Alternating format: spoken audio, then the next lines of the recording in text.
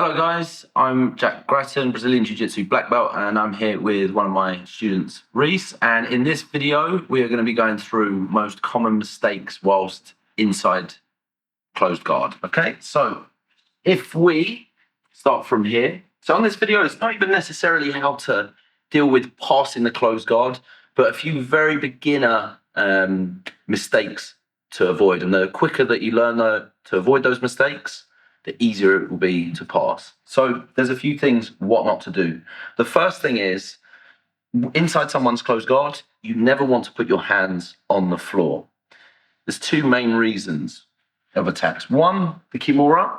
Okay, that's obviously not good for me. You can get submitted. The other thing is very easy to be overhooked inside the closed guard. Okay, and look, what if you overhook me again, please, Reese? If Reese overhooks me and now he controls this wrist, this is a real problem for me. So there's two reasons why we're not going to put our hands on the floor.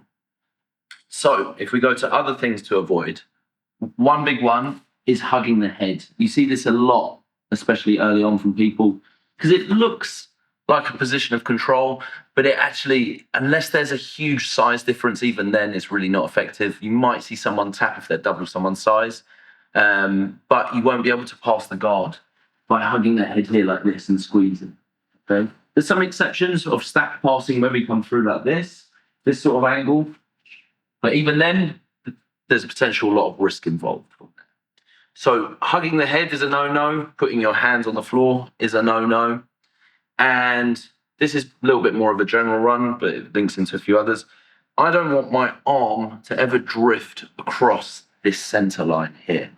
Okay. So look, if my arm goes across, if I'm trying to do, another thing is like these forearm style chokes, they don't work. Reese has too much control over my lower body, my abdomen. And look, if I leave my arm here, I'm either going to get arm barred, okay, very easily if I hang on to this, or I'm going to get my back taken. So look, if I'm here like this, Reese arm drags me and start taking my back. The other thing I want to avoid from this position is general submissions, just of any sort. So whether that's the forearm choke or trying to go for an Americana inside the closed guard, the person on the bottom just has too much control over your torso, which makes it very difficult to get anything going. So what I'm going to talk about in another video as well, but I'll mention it briefly here, places you can put your hands in the lapels, so knuckles to the armpit, grab both lapels like this, okay? No-gi style, you can just C-grip the armpits, okay? You can trap this arm here and start to stand up.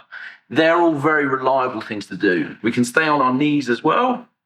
We're like this, we get to here and start opening the guard. They're all reliable ways, and if your hands are ever drifting across that center line, or they're ever being circled out, or they're being overhooked, as long as you can try and reset to any of those positions where the hands are, you can put your hands on the belt, you put them on the trouser line. The other thing as well, which I didn't mention earlier, but usually there's some exceptions here. If you're a lot wider than your opponent, it's a little bit different. But putting your hand back on the guard here like this. Okay, a lot of beginner people do that. They reach back, or they put both elbows here, or both hands on the knees. There's no real control or stability there, and it leaves you a little bit vulnerable to being submitted. Okay, so that's our video on mistakes inside the closed guard. Hope you enjoyed that.